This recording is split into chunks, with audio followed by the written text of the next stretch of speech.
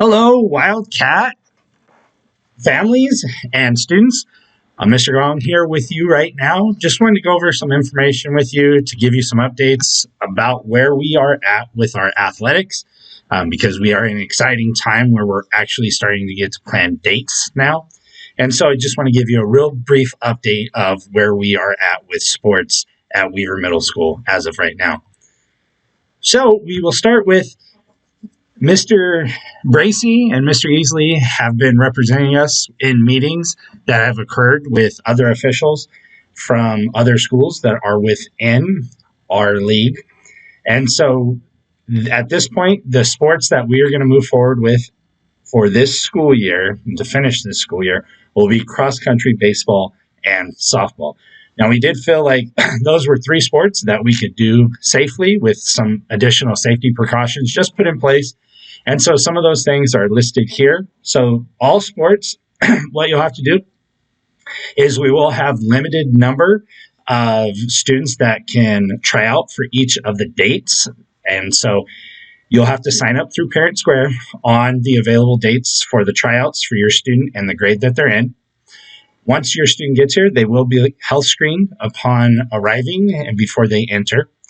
Only the athletes and the coaches will be allowed to attend the tryout practices. There will be no parents or other visitors that will be allowed on campus during that time, just so that we can make sure to get the athletes on the campus and make sure that we're not allowing more people on campus than what is needed.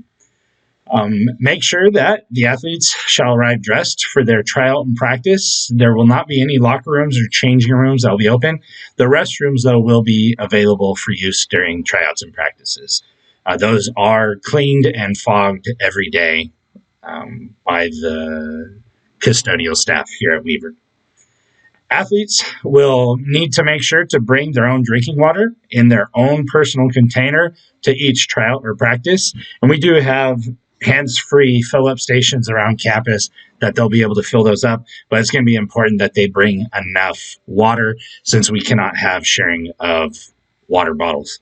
And then make sure that each athlete brings their PPE to every tryout practice. There are different times when students and athletes will be required to wear their mask, and then there will be times when they're competing that they will not need to wear their mask, but it just is dependent on the activity and how much distance is involved. All right, so cross country is the most planned out right now because we do have some definite dates, and so tryouts will begin next week on March 30th for the 6th grade from 4 to 6, the 7th grade March 31st, Wednesday from 4 to 6. And then the 8th graders will have the opportunity to try out on Thursday, April 1st from 4 to 6.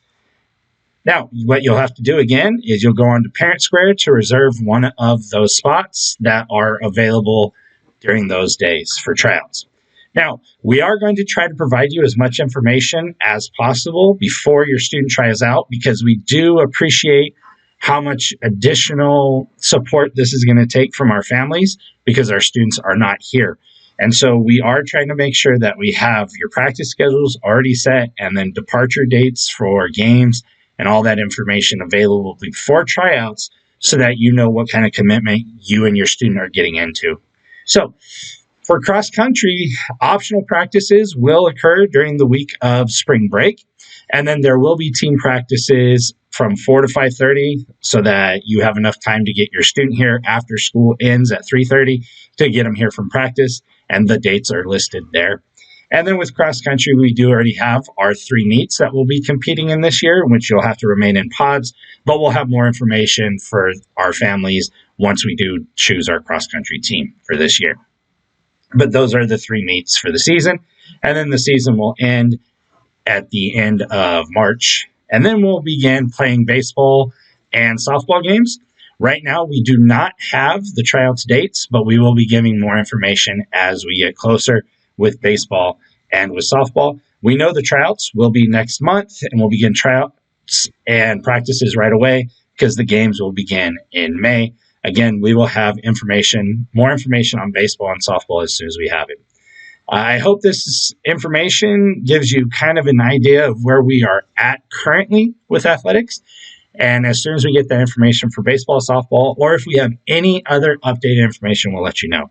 One piece of information that I did forget that was agreed upon by the schools to limit the number of people that are coming onto each of these schools' campuses, because we do have to still adhere to social distancing guidelines. Each athlete will be given 4 seats to have their family come and watch them. So you will need a ticket. I do want to make sure that we say this well in advance of your student trying out for the team to know that we will only allow 4 people on campus per athlete, and we will have a ticketed system so that we can get those tickets out to the athletes so that we can get as many people as possible to be able to participate and also to enjoy their athlete playing. But again, it is all about the students, and we are trying to make sure that we do have a safe environment for them first and foremost.